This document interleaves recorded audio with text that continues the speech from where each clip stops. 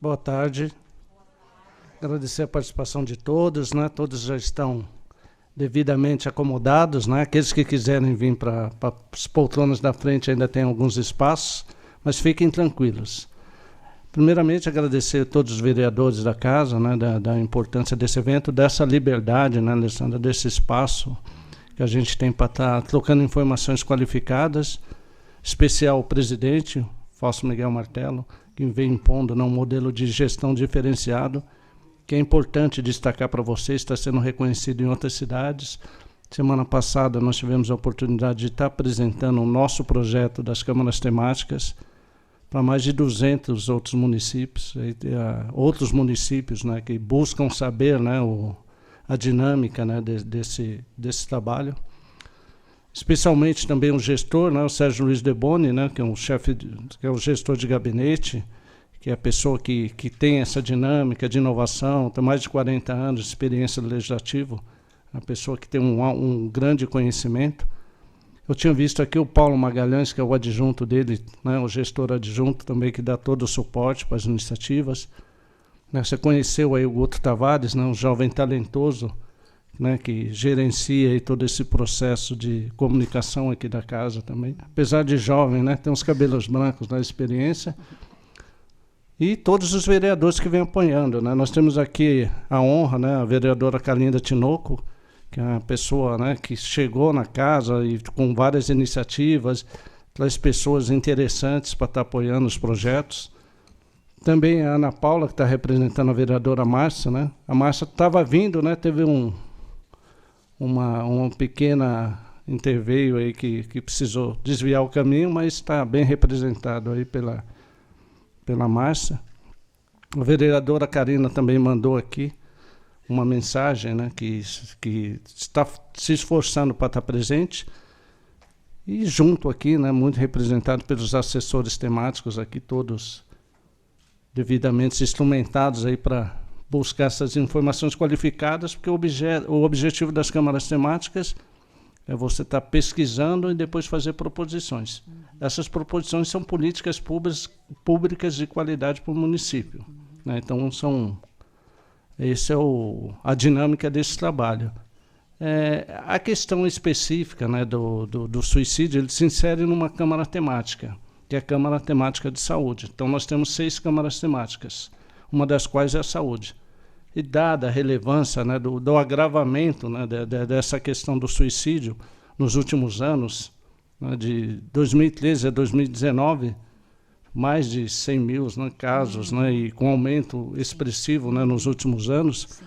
E que em 2021, mais de 700 mil pessoas. Né? Então, é um tema relevante, né, uma coisa que a gente precisa estar aprendendo a lidar, né, e nada melhor do que trazer uma especialista que eu vou fazer a apresentação. Eu vou fazer uma pequena digressão e aí falar com os assessores. Está sendo colocado aqui, né, no portal, obrigado, Fernando, por ter colocado, é um endereço, né, que você tem na internet, que é do Ministério da Saúde, que é o Universa SUS. E aí é um curso de prevenção em relação a algumas evidências que podem levar ao suicídio. É um curso gratuito que vai ser colocado, e aí também falando, Alessandra, para os alunos, nós temos alunos aqui, no portal da Escola do Parlamento. Nós temos aqui, né, dentro da Câmara, um espaço para a Escola do Parlamento, então esse curso vai ser disponibilizado gratuitamente. Então é importante também, né, o reforço, né? Quanto mais conhecimento, né, melhor lidar com esse desafio. Então tá o endereço aí e nós vamos disponibilizar, e aí o Guto, né, que é sempre uma pessoa que nos auxilia muito, né, ele faz toda a divulgação desse processo, né, o portal o nossa intranet para alguns, mas no portal da Câmara a gente vai ter essa informação, tá bom? E agora, chega o momento de apresentar a Alessandra. Posso chamar de professora? Por favor. Professora também. Alessandra Cassa Ribeiro. Ela é graduada em Psicologia, mestre em Psicologia Clínica, especialista em Terapia Familiar e também de Casais. Tem o Prates ali, o Zé Luiz, que que é bom da terapia de casais, aí que ele é meio... Ela também é especialista em terapia comunitária e dependência química. Sim. Então é uma honra tê-la aqui, viu, Alessandra? A casa está aberta, em nome da presidência, é um prazer muito grande.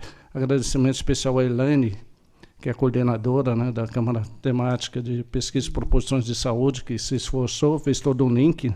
Obrigado, Elaine. A vereadora também, né, que dá todo o suporte. E agora, a palavra é sua. Muito obrigada.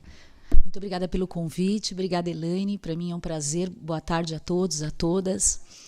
É muito bom estar falando de um tema tão relevante socialmente, né, que impacta tanto a nossa vida em todos os sentidos.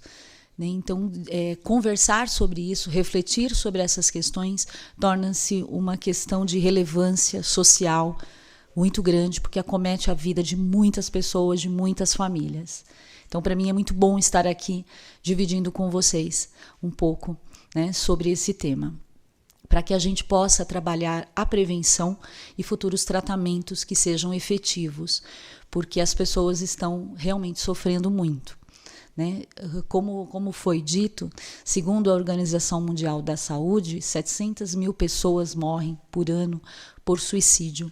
E o suicídio, ele poderia ser evitado, porque antes de chegar ao suicídio, existem ideações suicidas e tentativas. Para vocês terem uma ideia, para cada suicídio consumado, existem 20 tentativas.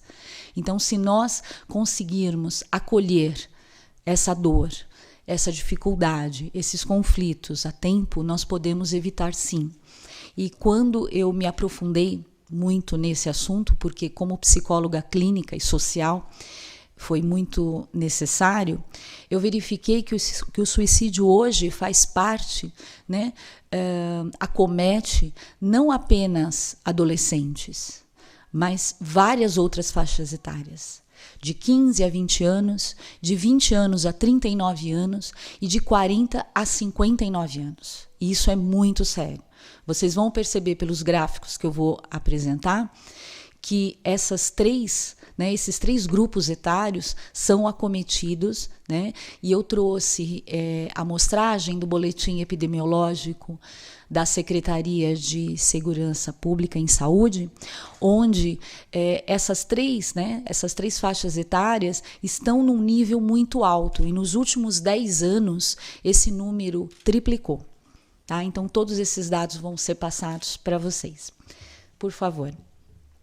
Eu começo a minha apresentação fazendo uma citação de Freud. Não tem como deixar de falar desse autor, desse psicanalista, que estudou tanto o sentimento humano. Né? E ele tem uma citação que diz: existem momentos na vida da gente em que as palavras perdem o sentido ou parecem inúteis, e por mais que a gente pense numa forma de empregá-las, elas parecem não servir. Então a gente não diz, apenas sente.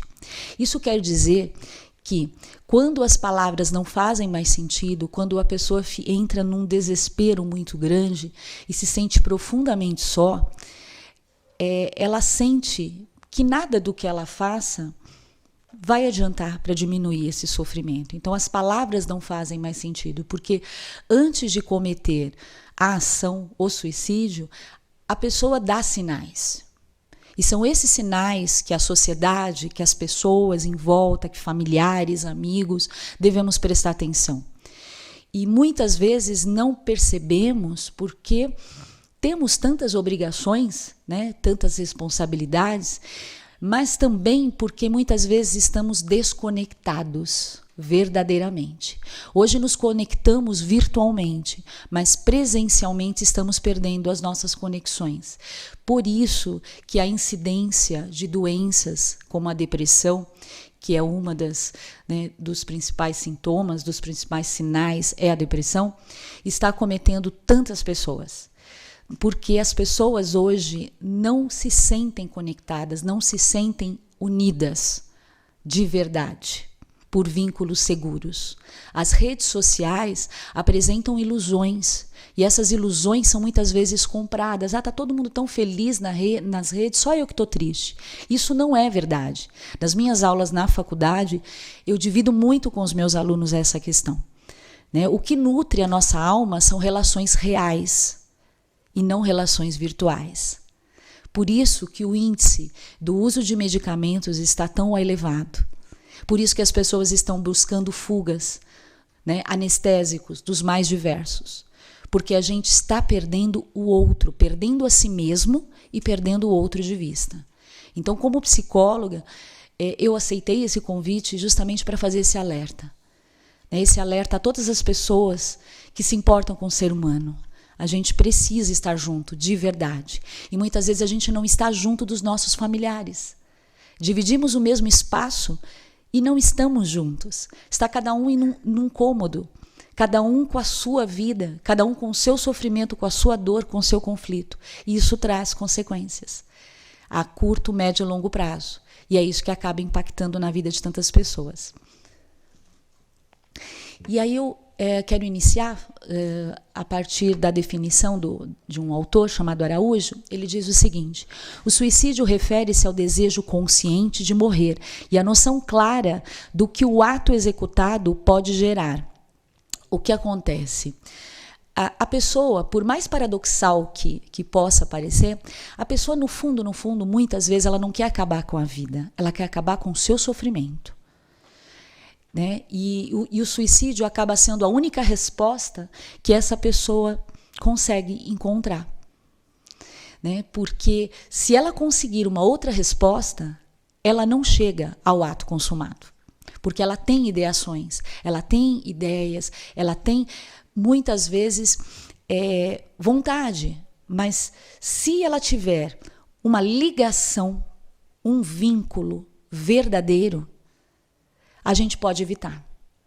E esse é o meu grande objetivo, tanto no consultório quanto nas comunidades que eu trabalho, né?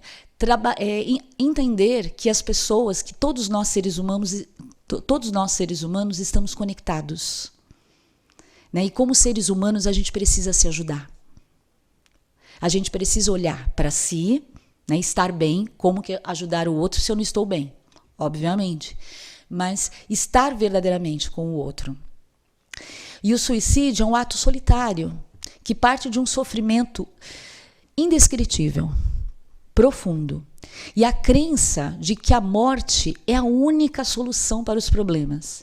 Imagine uma pessoa onde ela não vê saída. Né? Ela está em um lugar escuro, sozinha, onde parece que está todo mundo feliz, parece. E ela está profundamente só. Esse é o sentimento que a pessoa tem. E geralmente, as pessoas que tentam suicídio, na grande parte das vezes, elas já estão em depressão, já estão num processo depressivo, que já deveria ter sido tratado. O comportamento suicida, ele passa por 3 categorias. A ideação, que são os pensamentos, as ideias que vêm antes do ato consumado, né? A tentativa, muitas vezes a pessoa tenta, geralmente a maior tentativa é por autoenvenenamento, né? E isso é um grito de socorro. Muitas vezes essa pessoa grita sim por socorro, mas ela não é ouvida. Né? Com isso eu não estou dizendo que as pessoas em volta que não percebem sejam culpadas, ok? Nós não estamos aqui para encontrar culpados nem responsáveis, estamos aqui para ajudar. E o suicídio consumado. Só lembrando, para cada suicídio existem 20 tentativas, em média, segundo as pesquisas. Esse é um dado muito relevante. Então, trata-se de um fenômeno complexo, com vários fatores envolvidos, de um impacto total, tanto para a pessoa quanto coletivamente, socialmente, que pode afetar indivíduos dos mais diversos contextos, culturais, sociais, não tem uma idade. Né? Quando eu comecei a me aprofundar, eu vi que não tinha mais idade. Tanto de 15 anos até 60 anos, 65 anos, tem idosos se suicidando. E isso é muito sério dentro de uma sociedade em que precisa estar perto de verdade. Relaciona-se com uma gama de fatores que a gente vai trabalhar aqui, desde questões psicológicas, psicopatológicas, né, geralmente pessoas depressivas, quanto questões sociais, econômicas. Por quê? A pobreza em si, ela não leva ao suicídio diretamente, mas ela leva a conflitos familiares, a dificuldades, ao uso de substâncias psicoativas. Então, a pobreza em si, as dificuldades, as carências, né, que nós estamos vivendo, que a nossa sociedade tem vivido, indiretamente ela vai causando inúmeros problemas para as pessoas, porque elas vão se sentindo incapazes de gerir a sua própria vida, de produzir. Em uma sociedade que tem um número de desemprego tão elevado, claro que vai gerar pessoas doentes. Porque o pai de família, quando vê seus filhos passando dificuldade, né, e ele não consegue encontrar um trabalho, a mãe de família também que não consegue encontrar um trabalho, muitas vezes utilizam de drogas como uma fuga para se anestesiar de tanto sofrimento. Então, indiretamente, a pobreza também é uma causa importante. A imensa maioria das pessoas que tenta o suicídio tem um transtorno mental. Isso é muito importante, ou seja, esse transtorno mental deve ser tratado. Existe tratamento para a depressão, seja ela aguda ou crônica, seja ela no estágio inicial, médio ou elevado. Só que a gente muitas vezes não investe em saúde mental. A gente não se olha verdadeiramente. As pessoas, quando estão tristes, elas compram, elas bebem, elas comem, elas vão para a academia e passam horas e horas. Não sou contra a atividade física, por favor, isso é qualidade de vida. Eu estou falando do desequilíbrio que a nossa sociedade vive. É o desequilíbrio que leva a inúmeras doenças, a inúmeros transtornos psiquiátricos. A nossa sociedade é uma sociedade doente porque é uma sociedade que não se trata, que não olha para um dos principais fatores que faz de nós seres humanos, os vínculos. Os nossos vínculos, quantas famílias têm os vínculos quebrados, destruídos, né? Quantas famílias, hoje, o pai não conversa mais com o filho não conversa mais com o pai. Isso falando de inúmeras famílias e inúmeras configurações. Hoje a gente sabe que família não é apenas pai, mãe e filhos, né? Hoje nós temos inúmeras configurações. Mas o importante da família são os vínculos. E nós estamos perdendo esses vínculos. Nós não estamos verdadeiramente com as pessoas. Independentemente de ter uma origem sistêmica, porque são origens das mais diversas, né? Física, para a depressão tem sim uma predisposição já comprovada cientificamente, mas os fatores ambientais são tão importantes quanto os genéticos, ou seja, nós podemos sim prevenir através de ambientes mais saudáveis. Aqui eu vou fazer alguns dados, vou passar para vocês alguns dados epidemiológicos, tá? Para depois nós entrarmos nos fatores de risco e proteção ao suicídio. Entre 2010 e 2019, esse dado vem do boletim epidemiológico da Secretaria de Vigilância em Saúde e é um dado bastante recente, do Ministério da Saúde de 2021. Entre 2010 e 2019, ocorreram no Brasil 112.230 mortes por suicídio. Um aumento nesses 9 anos de 43%. De 9.454 em 2010, nós passamos para 13.523 em 2019. Isso é muito sério. Isso é muito grave. Pois nós sabemos que é um problema de saúde pública que pode sim ser evitado.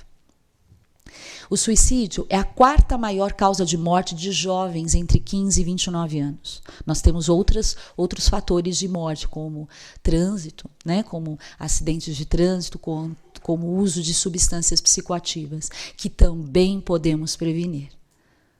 Então a gente precisa refletir muito sobre o estilo de vida das pessoas, sobre o que move as pessoas no mundo de hoje, sobre o que é mais importante hoje. É comprar, é ter ou é ser e viver? Quando a gente inverte, né, o verdadeiro valor da vida, a gente tem uma sociedade doente como a nossa. A análise das taxas de mortalidade ajustadas no período demonstrou um aumento do risco de morte em todas as regiões. Todas as regiões brasileiras tiveram um aumento, sobretudo as regiões sul. O boletim não traz respostas exatamente o porquê, tá? Mas uma das regiões em que o índice é maior é a região sul, seguida depois da região centro-oeste e as demais. E aqui eu demonstro para vocês um gráfico em relação ao sexo. O sexo masculino apresentou um risco de 3,8 vezes maior do que o sexo feminino. Entre homens, a taxa de mortalidade por suicídio em 2019 foi de 10,7, enquanto entre mulheres foi de 2,9. Eu vou explicar o porquê, tá? Dos próximos slides. Pode passar. A diferença entre os sexos configura um fator importante. Os homens apresentam maior risco de morte, né? Porém, as mulheres possuem maiores tentativas de suicídio. Então, elas tentam mais, né? Isso não equivale a dizer que os homens sofrem mais. A gente está falando de sofrimento, de ser humano, independente do sexo. Mas por que os homens morrem mais, vamos dizer, chegam ao suicídio na maior parte das vezes? Porque eles utilizam armas mais letais do que as mulheres, que geralmente utilizam envenenamento, lesões autoprovocadas. Os homens utilizam armas de fogo, por isso são mais letais. E por que os homens se suicidam mais, vamos dizer? Porque nós vivemos em uma sociedade ainda patriarcal e machista, onde muitos homens ainda não têm o hábito de prevenir, de procurar tratamento. As mulheres, na maioria das vezes, procuram mais tratamento, seja de saúde física ou mental, do que os homens, né? Não, eu dou conta. Eu sou bom o suficiente, eu não fico doente. Essas frases fazem com que os homens se distanciem de tratamentos, se distanciem de prevenção. Não, eu triste, né? Eu depressivo, imagina. Nem pensar. O que vão pensar de mim é o que eu escuto muito no consultório. Enquanto estivermos mais preocupados com as opiniões das pessoas do que em viver as nossas vidas, teremos problemas. E aqui eu mostro o gráfico das faixas etárias, dos grupos etários que eu citei anteriormente. Para vocês terem uma ideia, os 3 grupos maiores são de 15 a 19 anos, que é a linha laranja, de 20 a 39 anos, que é a linha cinza, né? Mas principalmente os 3 últimos, 20 a 39 anos, 40 a 59 anos, que é a linha amarela, e 60 e mais. 60 para cima tem um índice elevado, que é a faixa azul. Isso é assustador. Quantos idosos? Então, nós temos desde 15 a 19 subiu bastante, se nós formos olhar, que é a linha laranja, de 2016 a 2019 teve uma elevação substancial. Agora, de 20 a 60 anos ou mais, eles começam em 2010 e continuam e permanecem em altos índices de suicídio. Então, esses 3 grupos etários merecem muito a nossa atenção. Pode passar. Aqui eu coloquei a amostragem em termos de lesões autoprovocadas. Como eu disse, lesões autoprovocadas, elas são mais intensas no grupo feminino. E é um aumento substancial de 88 mil, né, daria 71% das mulheres que provocam lesões. E no sexo masculino, 28%, porque eles usam armas mais letais, não significa que não estejam em sofrimento. Faixas etárias, né? A maior faixa etária de maior lesão autoprovocada é de 20 a 39 anos, 57.746, que corresponde a 46%. E aí, seguido da segunda faixa etária, que é de 15 a 19 anos, tá? Que dá uma porcentagem de 23%. Com relação à raça e cor, a raça branca possui um número maior, mas a raça negra também vem logo abaixo. Em questão de escolaridade, ensino médio, geralmente pessoas do ensino médio, mas que fica muito próximo do ensino fundamental também, não tem uma grande diferença. Aqui fala sobre quantas vezes a pessoa tentou, né, em casos de violência provocada. Aconteceu outras vezes? Sim. Em 40% dos casos aconteceram outras tentativas, ou seja, poderíamos evitar. Em 37% não aconteceram outras vezes. O maior local de ocorrência é na residência. As pessoas se suicidam nas suas residências. Se formos pensar, talvez isso tenha alguma explicação. Por que dentro de casa? Porque o que está sendo dito? Eu estou dentro da minha casa e estou sozinho. Esse é um dado fundamental que devemos levar em consideração, porque é uma diferença muito grande do local de ocorrência, da residência para o segundo, né? Que seria, vamos dizer, a escola, né? Aí vem os demais. É uma incidência muito maior. Meio de agressão, a maior parte por envenenamento, depois objetos cortantes.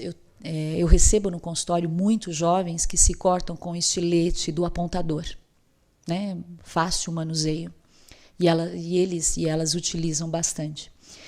Em terceiro lugar, o enforcamento, e depois outros objetos e armas de fogo. Pode passar. E aqui... Pois não. Eu estou me segurando para não interromper, que está muito boa a apresentação, mas até para você beber uma água. Muito obrigada. Poupar a voz, né, que é uma voz com conhecimento é importante. Eu já vou acusar a presença do Edmilson aqui da Sicredi, também é um grande parceiro aqui da Câmara. Obrigado, Edmilson, por estar presente. E eu vi os dados muito interessantes, esses gráficos, e assim me chamou a atenção. Até que a gente está com a filha aqui da Maria Ivaneide também, né? Está nessa fase da adolescência, e que subiu muito, né? 80% essa curva, né? Nos últimos anos. E recentemente, até compartilhei um artigo com a Elaine, né, Elaine?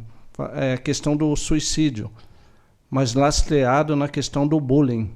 Eu queria só que você... Nós tá vamos aí? Então já. Okay. Tomou água? Já tomei água, retomando. Pode deixar que vamos falar sobre esse importante fator de risco que é o bullying. Pode colocar os demais, Fábio, por favor. Agora nós vamos falar sobre sintomas e sinais.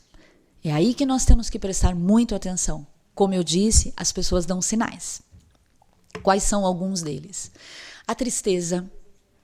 A tristeza, vocês podem me perguntar, não faz parte da vida? Sim. Em alguns momentos estamos tristes, outros estamos felizes, outros estamos com raiva, né? Nós oscilamos, não somos aquela água parada. Porém, aqui nós estamos falando de uma tristeza crônica, de uma tristeza corrente, de uma tristeza de muito tempo. É aquela pessoa que se isola, é aquela pessoa que está sozinha, é aquela pessoa que não tem energia vital, não tem esperança. Como vocês podem ver, isso aqui já são dados da depressão. Eu já estou falando da depressão. Choros desmotivados. A pessoa, mesmo que ela não exteriorize, internamente ela está desesperada, né? Transtorno, mas ela não exterioriza em termos de palavras, mas ela pode exteriorizar de outras formas. Tá? Existem várias formas de dizer o quanto a gente está triste. Ela apresenta transtornos de sono, ela apresenta falta de apetite, né? Ela vai perdendo o interesse pela vida. Quais outros sinais? Pode passar. Não tem motivação. Ela não tem energia para trabalhar, para estudar, né? Muitas vezes ela dá sinais de agressividade de uma forma por nada, né? Ela está nervosa, ela está agitada, né? E tem uma baixa autoestima. Não acredita nela. Quando a gente elogia, ela diz, será? Ela não acredita muito no que está sendo dito. Por quê? Porque por mais que ela receba elogios, ela não se sente. Então, às vezes, é uma observação aqui, outra ali, ela diz, eu não acho isso de mim. Você vê tudo isso em mim? Vejo.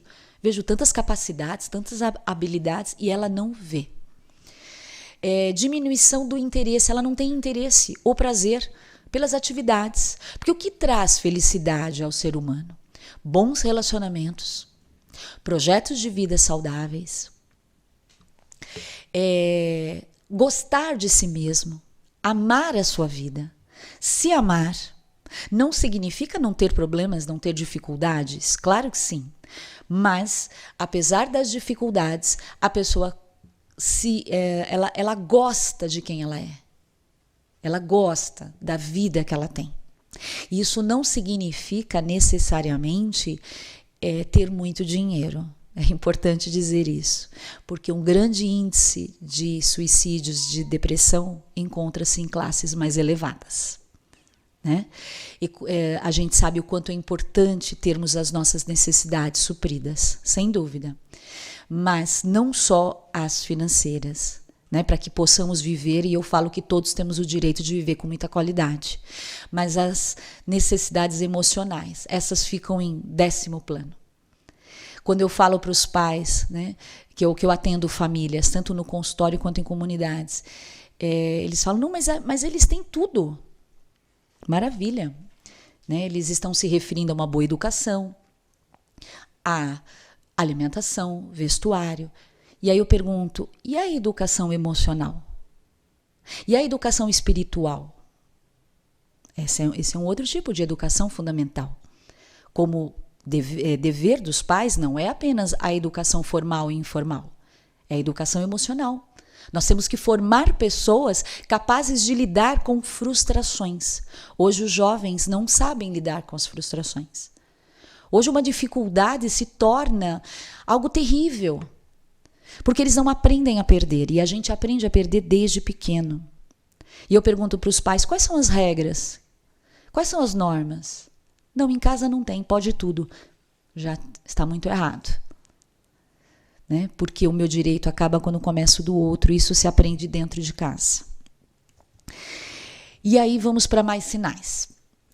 Perda e ganho de peso, a pessoa pode ter um peso excessivo ou diminuído. Envolvimento em acidentes, em brigas, como eu falei, de agressividade, a pessoa estoura de uma forma muito fácil. E o uso de substâncias psicoativas. As drogas podem vir antes ou podem ser consequência. Tá? Então, elas podem ser um sinal que algo está errado, né? E ela pode vir depois de uma depressão. Porque nós precisamos, quando estamos tristes, né, muitas vezes, quando não pensamos, não refletimos, precisamos de anestésicos. A nossa sociedade desenvolve vários anestésicos. É muito fácil se anestesiar hoje. E as drogas são um deles. Mas temos inúmeros outros. Né? Quando que o ideal, quando que o saudável é você olhar para a sua realidade. Se a sua realidade não te atende, tente mudá-la. Tente ver o que precisa ser mudado. E eu falo muito isso. Se você não está bem, busque ajuda. A gente não está sozinho, não deveria estar sozinho. Cada um é rico naquilo que o outro é pobre. Né? Então, todos nós temos algo a oferecer ao outro e a receber do outro também. Uma das leis da prosperidade, dar e receber. Né? E muitas vezes isso não é desenvolvido. Isso não é colocado em prática. Esse é um tipo de educação muito importante. Aprender a ganhar, aprender a perder, aprender a dividir, aprender a se frustrar, aprender a lutar pelo que deseja. Essa é uma boa educação. E também, como fator de risco, a capacidade diminuída de concentração. A pessoa vai perdendo a capacidade de se concentrar em atividades. Isso é muito visto na adolescência, né, que é um período um pouco mais delicado. Por quê? Porque está se formando a identidade, a sua forma de ver o mundo. É um momento em que um adolescente se distancia um pouco dos pais para procurar o seu eu. Mas é o que eu falo para os pais, tudo que vocês passaram para eles está dentro deles. Isso não está perdido. Confie naquilo que você passou. E se você não passou, está em tempo de passar. Né? Porque enquanto existir vida, existe transformação. Porque tem muita gente que fala, não, mas já está com idade, muda? Claro que muda. Basta querer. Basta ter um bom motivo. Pode passar. E agora a gente entra nos fatores de risco. Aqui a gente vai entrar no bullying. Pode passar. Como eu disse, uma boa educação é aquela educação que reproduz o mundo real. O mundo real tem perdas. O mundo real tem frustrações. E a família deve reproduzir o mundo real. Pode subir, eu acho que você... Isso. Pode deixar assim. E o mundo real, ele tem frustrações. Isso é fundamental. É fundamental nós orientarmos as famílias, orientarmos os pais nessa direção. O bullying é uma questão que acomete muitos jovens dentro das escolas e é fundamental que falemos e que divulguemos ações de prevenção ao bullying. O bullying não é uma brincadeira. Brincadeira é quando todo mundo brinca junto, quando todo mundo se diverte junto. Quando alguém se diverte com uma outra pessoa e essa pessoa não está se divertindo, é hora de parar. E isso acontece nas escolas, mas acontece nas ruas, acontece dentro de casa. Muitas vezes eu vejo dentro de casa algumas brincadeiras em que a pessoa afetada não está achando graça, mas está todo mundo rindo. É aí que a gente precisa estar muito atento. Será que essa pessoa que está tão quietinha, ela está gostando desse tipo de brincadeira? Muitas vezes não, mas ela não tem força para falar. Ela não tem força para dizer pare. Então a gente precisa prestar atenção ao outro, às pessoas. E olhar e se sensibilizar, né, com a dor. Porque o bullying é uma dor muito grande que muitos jovens sofrem dentro da escola. E muitas vezes esse bullying é praticado não só por colegas, mas por professores. Eu recebo crianças que sofrem bullying de professores. Quando essa criança, por alguma razão que deve ser investigada, não aprende. Quando ela tem um déficit de atenção e hiperatividade, né, quando tem um transtorno de TDAH, ela apresenta um transtorno que tem tratamento e deve ser investigado e tratado. E muitas vezes dentro das escolas, os professores não conseguem detectar, até porque tem uma demanda muito grande de alunos. Isso não é fácil. Mas muitas vezes, se também pensarmos em um treinamento para isso, porque olhar o outro, para a gente olhar e entender o outro, a gente precisa treinar um pouquinho o nosso olhar. Sair um pouco do nosso mundo para entrar um pouco no mundo do outro. E muitas vezes a gente não está disposto a isso. Cada um fica no seu mundo com os seus objetivos e o outro que viva a vida dele. Enquanto não sentirmos que estamos verdadeiramente conectados, não nos ajudaremos. E o bullying, quem recebe, quem é vítima desse bullying, ele não tem força para pedir ajuda, porque ele tem vergonha, porque ele é ameaçado muitas vezes. E ele tem medo de uma represália. E muitas vezes, e se meu pai, se minha mãe não me entender? Então, atrás desse fenômeno, né, tão importante que é o bullying, tem uma doença, tem uma dificuldade, tem um transtorno, tem alguém gritando.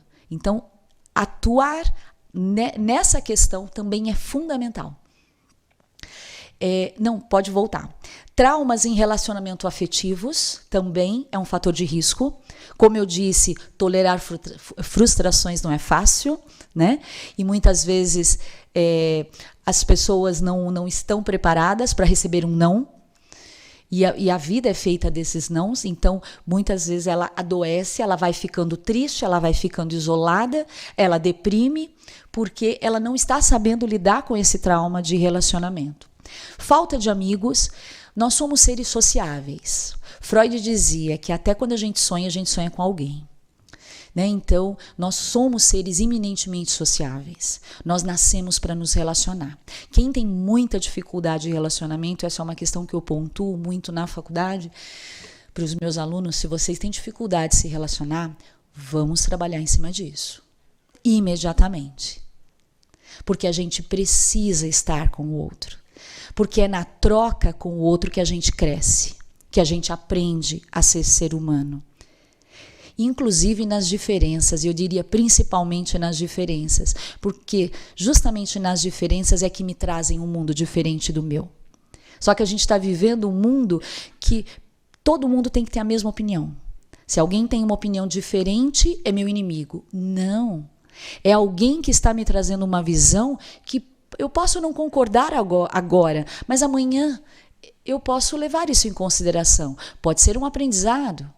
Só que falta consciência individual, falta consciência coletiva, falta humildade, valores que são aprendidos, que são desenvolvidos e que, infelizmente, estão meio deixados de lado. Estamos quebrando tradições em busca do novo. Maravilha! Uma sociedade tecnológica, uma sociedade da era digital é fantástica, mas desde que eu saiba lidar com isso. Eu não posso me tornar objeto de um objeto. Eu sou sujeito. Eu preciso ser sujeito da minha história. E as famílias e a sociedade têm que criar pessoas que sejam sujeitos e não objetos. Que saibam lidar com as adversidades da vida, para não cair diante delas. Só que, infelizmente, essa falta de acolhimento está gerando toda essa doença. E o uso de substâncias. Como eu falei, uma sociedade doente procura anestésicos. Né? Sejam anestésicos legais ou ilegais. Hoje nós temos inúmeros. E, inclusive, quando eu falo de anestésicos, de drogas, a gente pode abrir um pouco o leque e falar de medicamentos. Medicamentos também são drogas. Eles devem sim ser administrados quando são devidamente prescritos por profissionais da área e devidamente acompanhados a sua administração. E não usados de uma forma aleatória sem nenhum critério, como muitas pessoas usam. Eu escuto muito: eu estou triste, eu vou tomar um remedinho. Eu não consigo dormir, eu vou tomar alguma coisa e aí eu vou dormir bem.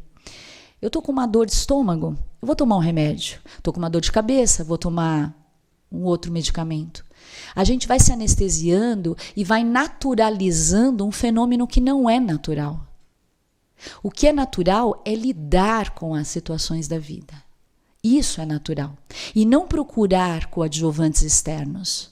É olhar quando eu estou triste, quando eu tenho uma dorzinha, falar: mas por quê? Eu não estava assim algumas horas atrás. Conversei com alguém, aconteceu alguma coisa, estou triste, fiquei chateada. Só que é mais fácil procurar uma pílula mágica. Só que a pílula mágica não me ensina, não transforma a minha vida. E eu vou precisar de mais e mais e mais. Porque eu não estou tratando a causa, eu estou tratando o sintoma. E a nossa sociedade só trata sintomas. Então, o que nós precisamos é olhar mais profundamente para o ser humano. Olhar primeiramente para nós, né? Porque eu falo muito para vários cuidadores. Você está se cuidando? Cuidadores que eu falo, pais, mães, avós, né? Que hoje família não tem só a ver com consanguinidade, mas tem a ver com vínculos e afetos. Família é aquela pessoa que eu tenho um afeto, né, que eu desenvolvo um vínculo. E eu pergunto: como você está? A pessoa fala: não sei, O que você gosta? Não sei. O que você quer da sua vida? Não sei. Se eu não sei quem eu sou, eu não sei o que eu quero, eu não sei o que eu gosto, como eu posso encontrar um caminho? E aí, muitas vezes, os jovens entram nas redes e veem todo mundo feliz, todo mundo pleno, todo mundo vendendo uma ilusão de alegria. E esse jovem fala, nossa, só eu que estou sofrendo nesse mundo, né? Tá todo mundo feliz. E a gente sabe que não é verdade. Que essa não é a vida real. Então, aonde está o caminho correto? Na realidade. Formar pessoas desde pequenos, desde quando crianças, que saibam lidar com a sua realidade, que saibam desenvolver projetos e que saibam estabelecer vínculos seguros. A gente vai falar sobre vínculos. Pode passar. Mais fatores de risco, pressões sociais, né? Não, pode voltar. A gente vive uma era de tecnologia, e isso é maravilhoso. Isso nos facilita demais, em todos os sentidos. Nos une a quem está distante, nos traz muitas respostas, desde que também saibamos quais as fontes, né? Porque as respostas aparecem muito rapidamente, mas nem sempre a fonte é fidedigna. E as redes sociais são uma construção muito interessante da pós-modernidade. Porém, elas devem ser usadas de uma forma racional, extremamente racional. Tudo com limites. Tudo com limites. Estabelecer relações virtuais com limites. Viver com certos limites. Respeitar regras. Tem inúmeras formas de ter uma vida saudável. Só que a construção disso está errada. E eu vou mostrar quando eu estiver falando de vínculos. Os games também. Muitas vezes os jovens utilizam uma série de jogos extremamente violentos. Ah, mas isso não vai ter repercussão nenhuma. Vai sim, vai ter consequências no sistema nervoso central desse jovem. Se ele tiver qualquer dificuldade, se ele apresentar, tiver qualquer frustração, ele vai desenvolver uma agressividade muito grande, porque esses jogos, eles acabam desenvolvendo nesse jovem uma força que não é real. Porque dentro desses games pode tudo. Matar, agredir. E na vida não é assim. E para o jovem que está formando a sua identidade, ele não tem ainda muitas vezes o discernimento que isso não é a realidade. Então, os pais devem sim monitorar o que os filhos veem, o que os filhos ouvem, o que os filhos jogam. Isso é um dever dos pais. Assim como adultos também, se nós formos pensar, conteúdos extremamente violentos também fazem mal. Também nos transmitem algo que não é bom. Quando a gente ouve uma música gostosa, uma música tranquila, quando a gente faz uma meditação, quando a gente faz uma caminhada ao ar livre, a gente não se sente bem melhor, muito mais calmos? Basta olhar para tudo isso. Imagine um conteúdo extremamente agressivo, o que faz com o comportamento, com o subconsciente desse jovem. E sem dizer que tem adultos, né, que consomem esses games também. Não sou contra, desde que a gente olhe para esse conteúdo. Tudo que a gente consome tem que ser muito bem estudado. É o que eu falo, o que a gente come a gente tem que pensar, o que a gente bebe a gente tem que pensar, com quem a gente se relaciona a gente tem que pensar. Qual é o lema de uma vida feliz? Refletir. Quanto mais eu reflito, menos eu tomo decisões impulsivas e emocionais. Vulnerabilidade gerada pela pobreza, eu falei lá no início e é verdade, a pobreza em si não é um fator de risco, mas a vulnerabilidade que essa pobreza apresenta às famílias, os conflitos, as dificuldades, né?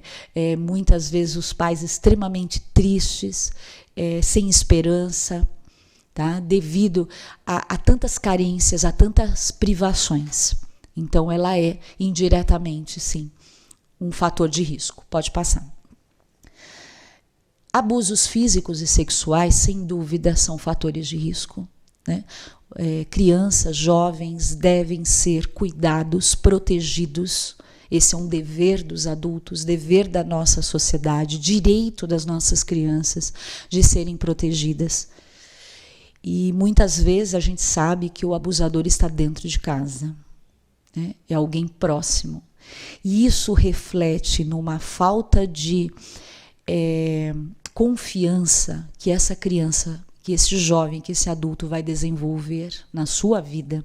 O impacto que esse abuso vai trazer para essa criança, para esse jovem, é terrível, é catastrófico. Por quê? Porque se alguém que deveria me proteger, deveria me amar, me acolher, me agride, me machuca, eu não posso confiar em mais ninguém. Eu recebo muitos adultos machucados dessa forma.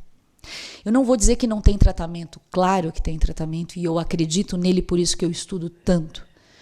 Mas se pudermos prevenir, se pudermos cuidar desde pequeno, é muito melhor do que depois tratar, né? Porque desde criança é quando nós estamos prontos para receber tudo, né? É quando o nosso cérebro está mais conectado com todos os nossos estímulos.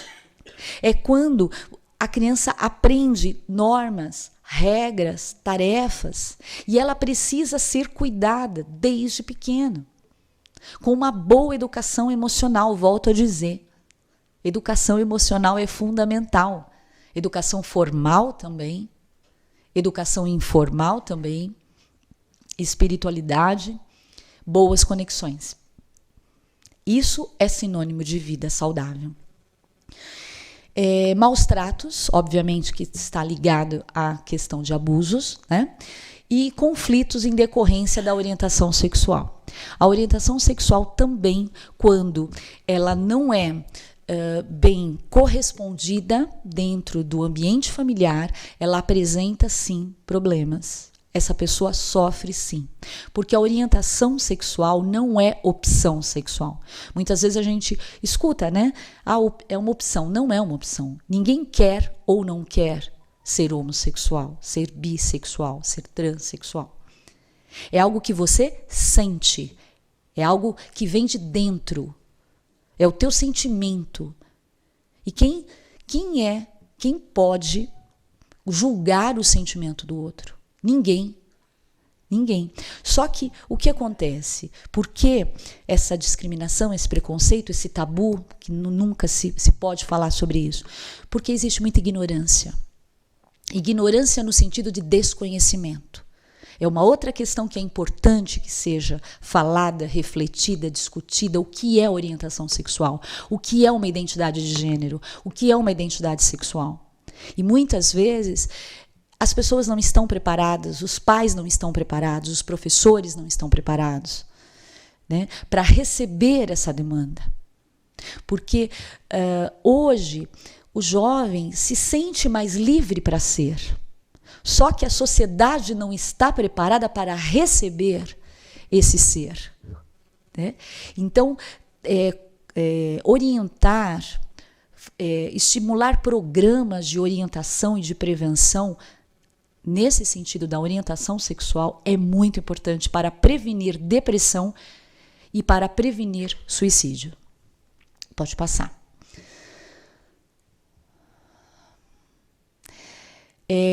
Como eu disse, antes de chegarmos ao suicídio propriamente dito, existem verbalizações. Uma palavrinha aqui, eu não aguento mais. Que tristeza é a minha vida. Eu sou infeliz, nada dá certo. E muitas vezes essas palavras são desconsideradas. Essa pessoa está sempre reclamando, né? Sempre tem alguma coisa para reclamar. Mas vamos olhar o todo, vamos olhar os sinais que eu falei. A tristeza, o choro, o isolamento, a falta de amigos. Prestar atenção nesses sinais é fundamental.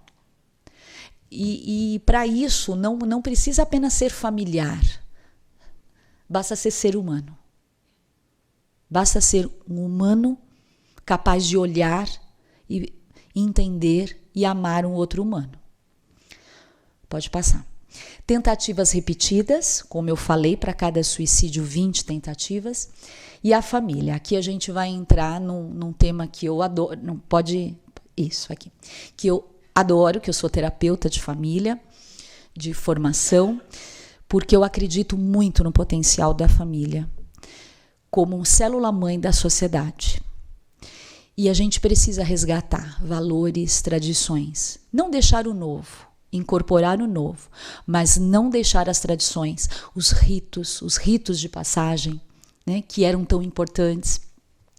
E as pesquisas mostram, olha que apontamento importante, fatores relacionados à dinâmica e à qualidade das relações com pais e com outras pessoas de referência, como eu disse, família não é apenas consanguinidade, podem estar associados com o engajamento dos adolescentes em tentativas de suicídio. Isso aqui quer dizer que a qualidade dos vínculos pode ser, se forem ruins, podem ser fatores de risco ao suicídio.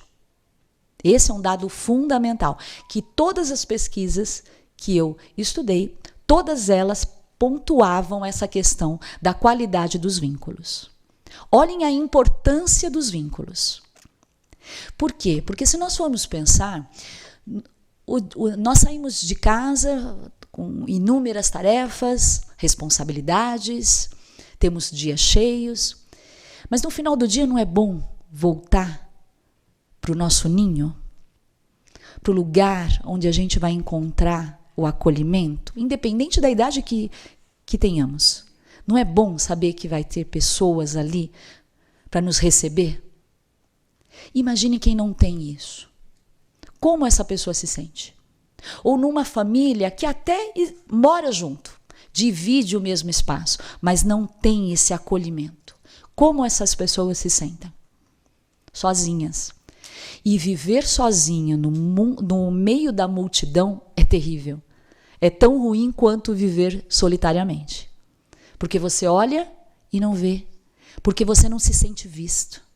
Você vê as pessoas, mas parece que as pessoas não te veem. Eu falo com muitos jovens e eles me dizem: meus pais não prestam atenção em mim, porque eles têm que trabalhar, chegam tarde, estão cansados. Perguntam no máximo: como foi seu dia? Tudo bem? Ah, então tá ótimo.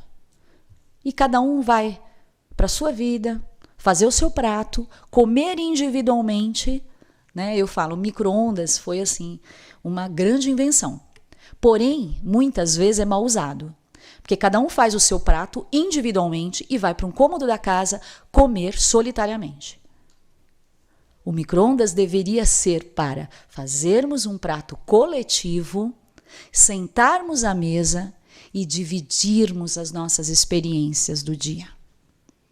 Então, o problema não é o micro-ondas, o problema é o mau uso dele, assim como o problema não é a tecnologia, é o mau uso dela. Pode passar. E aí entramos nos fatores de proteção, né? Já que estamos falando tanto do que causa, vamos dar uma amenizada. Como fazer para proteger? Melhoria em saúde mental. Tem sim como melhorarmos muito a saúde mental de jovens, de adultos, de crianças, de idosos. Investindo, né, em prevenção, investindo em cuidados de verdade, em bons tratamentos, terapia individual, terapia de grupo, terapia comunitária. Porque a gente sabe que terapia individual é muito complexo, porque nós temos uma demanda muito grande. Mas tem a terapia de grupo, tem a terapia comunitária. Eu fiz uma especialização em terapia comunitária do professor Adalberto Barreto, que foi uma experiência incrível. É uma terapia onde você trabalha com grandes grupos, vários temas, e que a própria comunidade, com a ajuda de um mediador, vai trazendo as soluções. As pessoas saem tão mais leves, porque lá elas ouvem informações, orientações, elas trazem as suas experiências, então elas saem mais fortalecidas. E essa terapia comunitária você faz com grupos de 100, 150, 200 pessoas. O professor Adalberto Barreto, que criou essa teoria, ele é lá do Ceará e ele faz essa terapia para 500, 600 pessoas. Então fala assim, não é possível tratar grupos, grandes grupos? Claro que sim, é possível sim. E é possível fazer o que nós estamos fazendo aqui, passar orientação. Se você está com problema, busque ajuda, você não está sozinho. Aprender a olhar melhor para o outro de verdade, olho no olho, né? Se importar com o outro e dizer, estou com você, você não está sozinho. Isso em qualquer lugar, no trabalho, né? Nas ruas. As pessoas estão sofrendo nas ruas e muitas vezes a gente passa e não olha. E não pergunta. Tem uma pesquisa sobre profissões invisíveis, feitas pela Universidade de São Paulo. E as 3 profissões invisíveis, vocês não imaginam. Uma delas com certeza, né? Coletores de lixo. Sim, é uma profissão invisível. Coveiros. Eles sofrem tanto, se sentem tão invisíveis, porque as próprias famílias têm vergonha de dizer que eles são coveiros.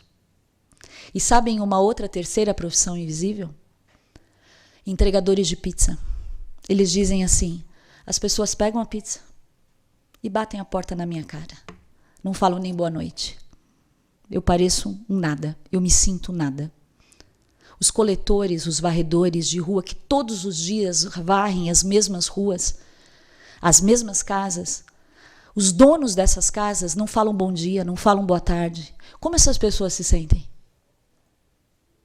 Muitas vezes as pessoas trabalham conosco, nos servem da melhor forma possível e a gente não sabe o nome, e a gente não olha. Essa forma de exclusão causa uma dor, um sofrimento, e muitas vezes é tão simples oferecer um olhar, oferecer um bom dia para todas as pessoas, porque todas as profissões são importantes.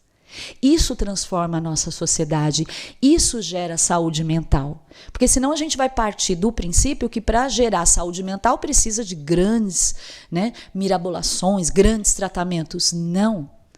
Precisa de cuidado no dia a dia. Isso é saúde mental.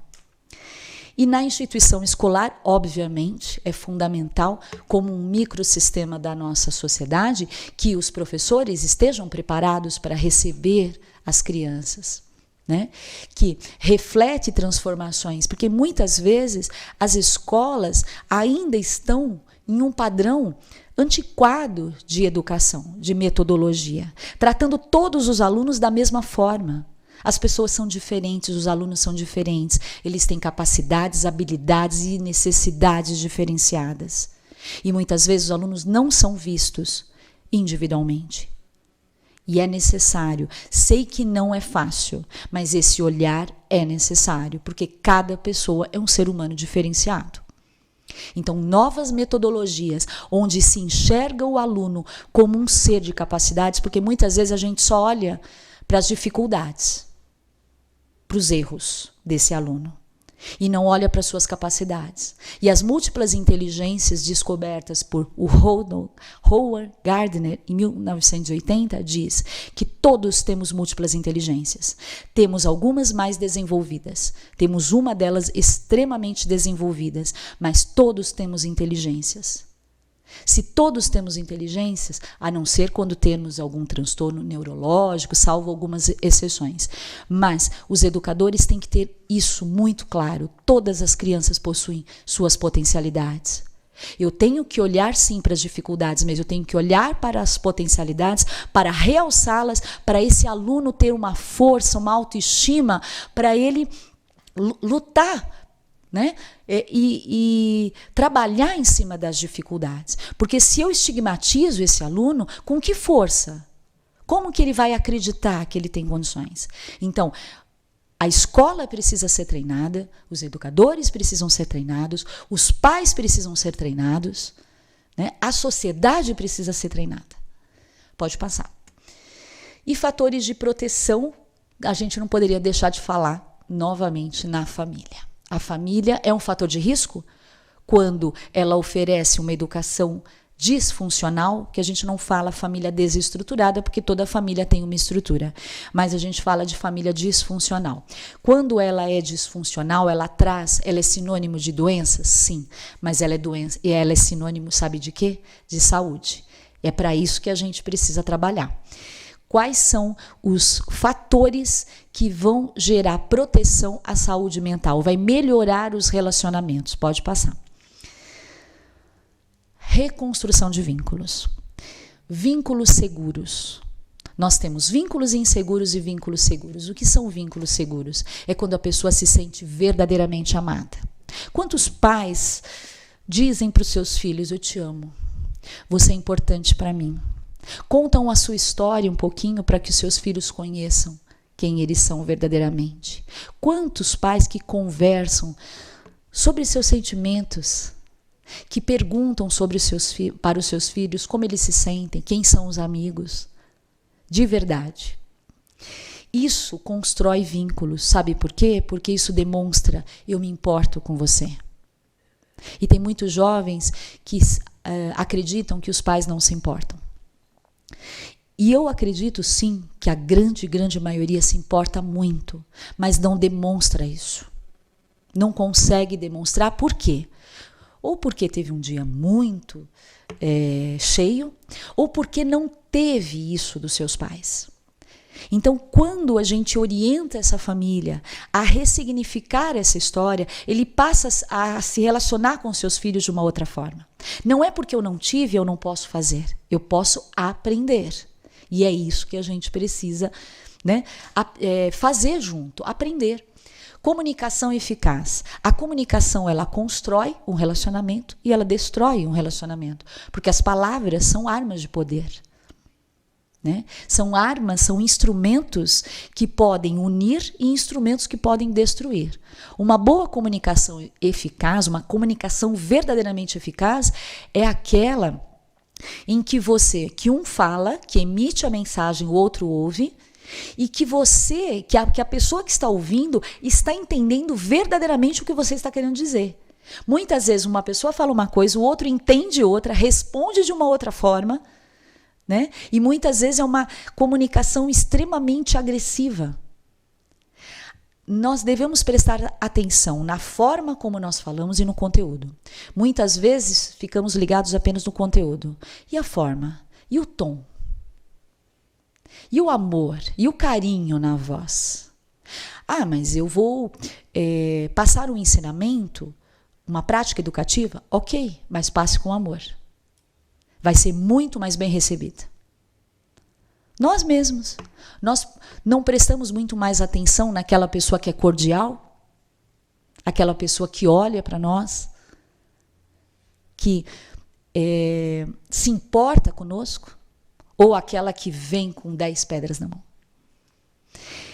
Então a gente vai percebendo que são ensinamentos relativamente simples, né? E que a gente vai perdendo. E aí vai gerando esse distanciamento afetivo e, consequentemente, doenças. Uma boa educação familiar também tem regras, limites, desde pequenininho, viu?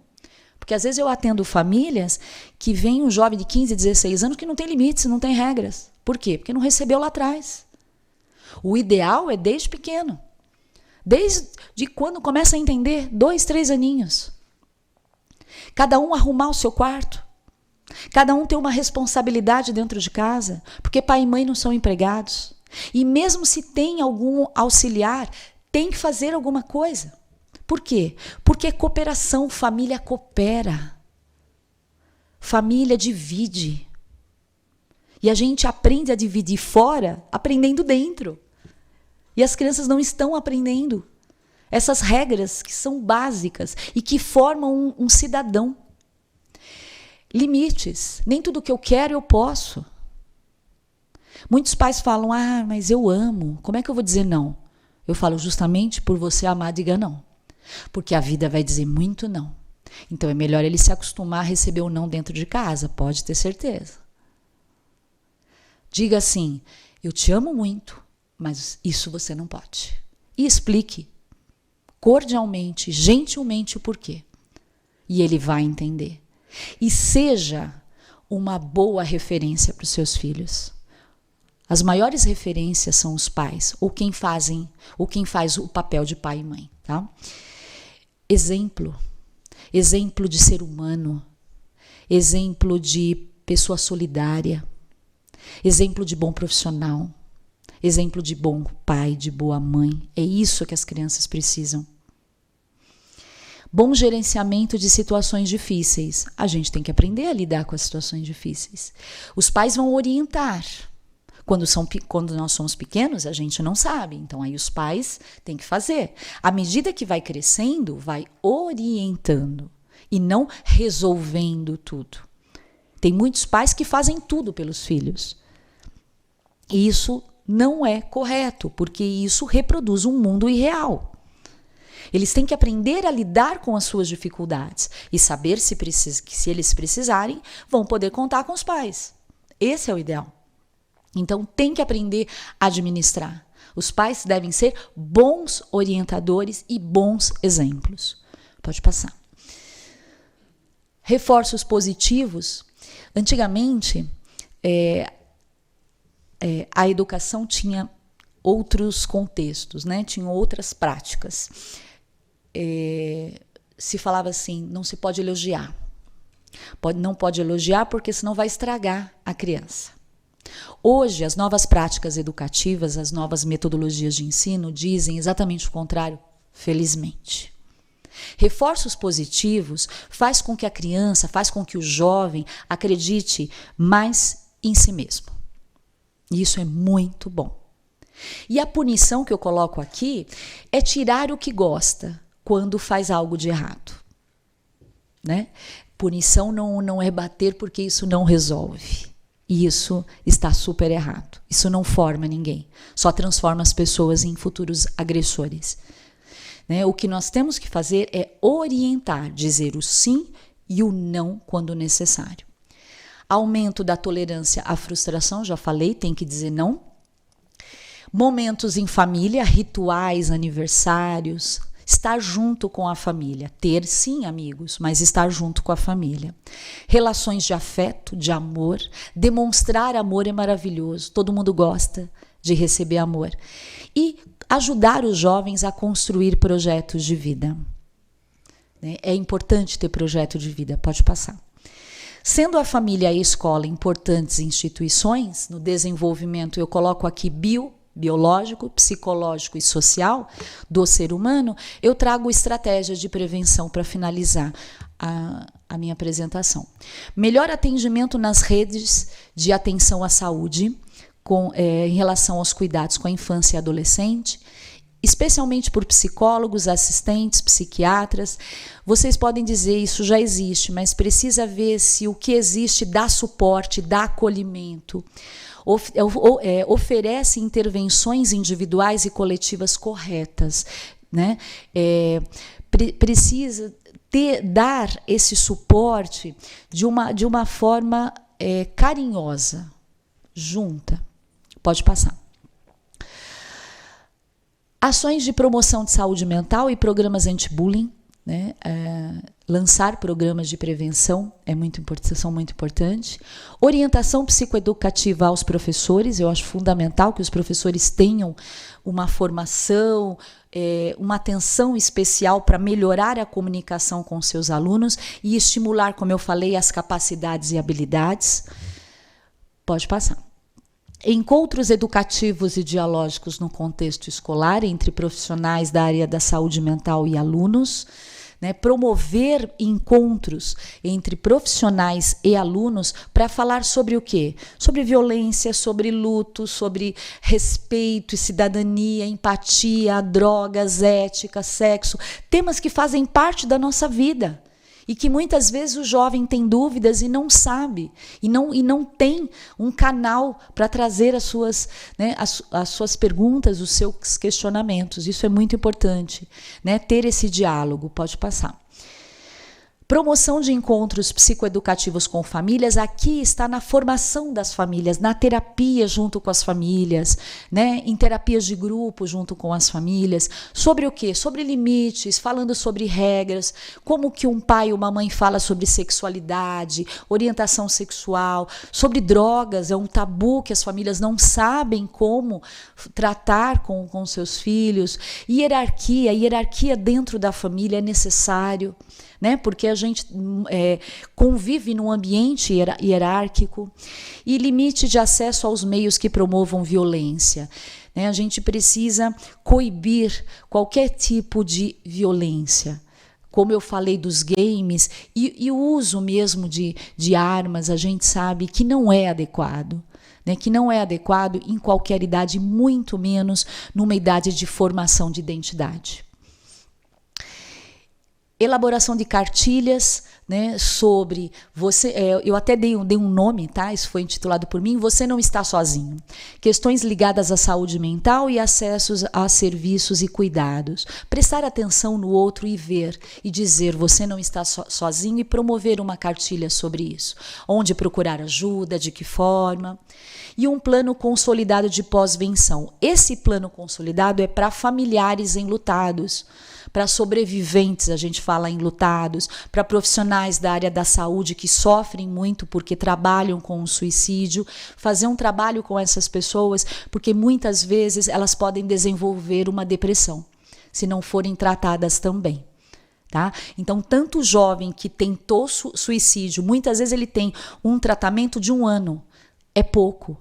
Ele precisa ser acompanhado mais tempo. E o seu familiar, quando, ou na tentativa, ou quando ele falece, né, ele realmente consome, né, consome o ato, é importante ter um tratamento para esse familiar enlutado, para esse profissional. Por isso que um plano consolidado de pós-venção é fundamental também.